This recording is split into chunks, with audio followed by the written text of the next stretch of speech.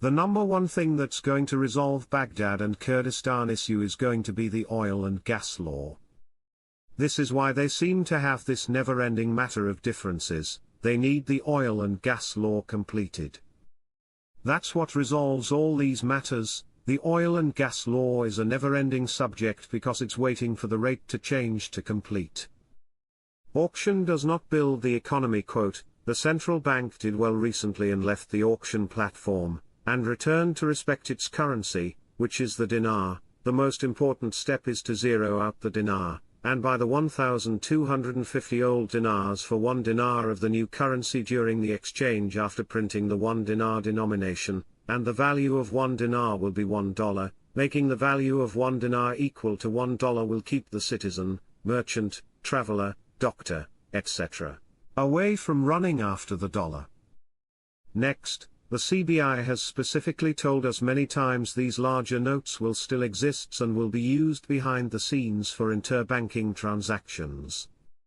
Of course they will be taken out of the mainstream circulation but will still remain as legal tender. My CBI contact also told me the CBI was forced politically to print these notes because of the demand to satisfy the visually impaired. The fact that these notes will still remain legal tender even after the project to delete the zeros should make you feel good. No, the CBI is not going to screw us investors. Iraqis use new banknotes with innovative security features for the visually impaired. Photos. These new versions of the 30 notes will not worry you. I will emphasize once again, the CBI has told us many times in the past that these 30 notes are not going away for some time. Even after the project to delete the 3 zeros is completed, Iraq will eventually be using dinar widely to pay for imports. Where are they going to get all this cash to pay for very large sums / costs of imported goods? As time passes, much of these transactions will be electronic, but not yet. The banks would still need the larger 30 notes. Next they say, we will have the budget tables. Frank, that means the budget now is going to be read line item by line item by line item, and the only way to fund those line items, the funding will have to be based on a different exchange rate because you cannot fund this budget at a program rate. Everybody waits for the new exchange rate. Everything waits for it. Firefly, we are very, very close. Leaving the red list is an important step to attract international companies. This is all about going fully international without restrictions. They are off the red list and no longer considered dangerous. To be fully international, they need a currency that is not restrictive. Question: when you say very soon, does it mean the same as in Iraq? No. Very soon in Iraq is something different from the United States of America. We're on a New York nanosecond.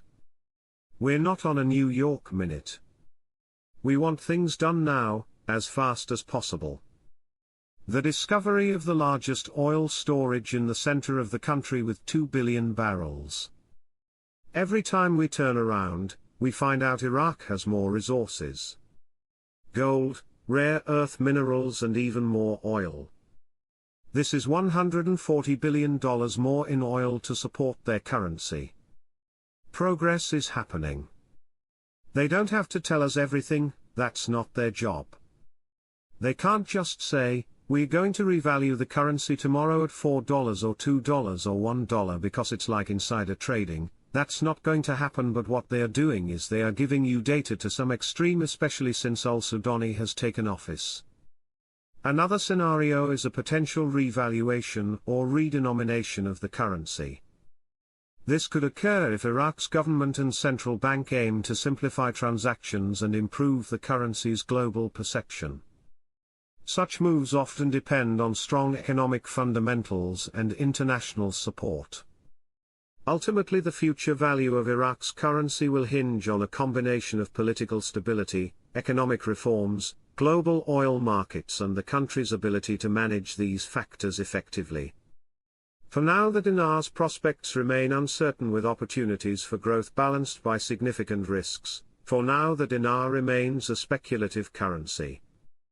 The Iraqi dinar faces several potential scenarios for its value in 2025. One possibility is a gradual appreciation in value. The country's vast oil reserves are its economic backbone.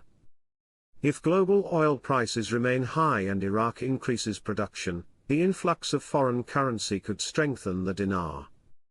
Additionally, diversifying the economy and reducing corruption could boost investor confidence and attract foreign investment, further supporting the currency's value. On the other hand, the dinar could remain stagnant or face depreciation.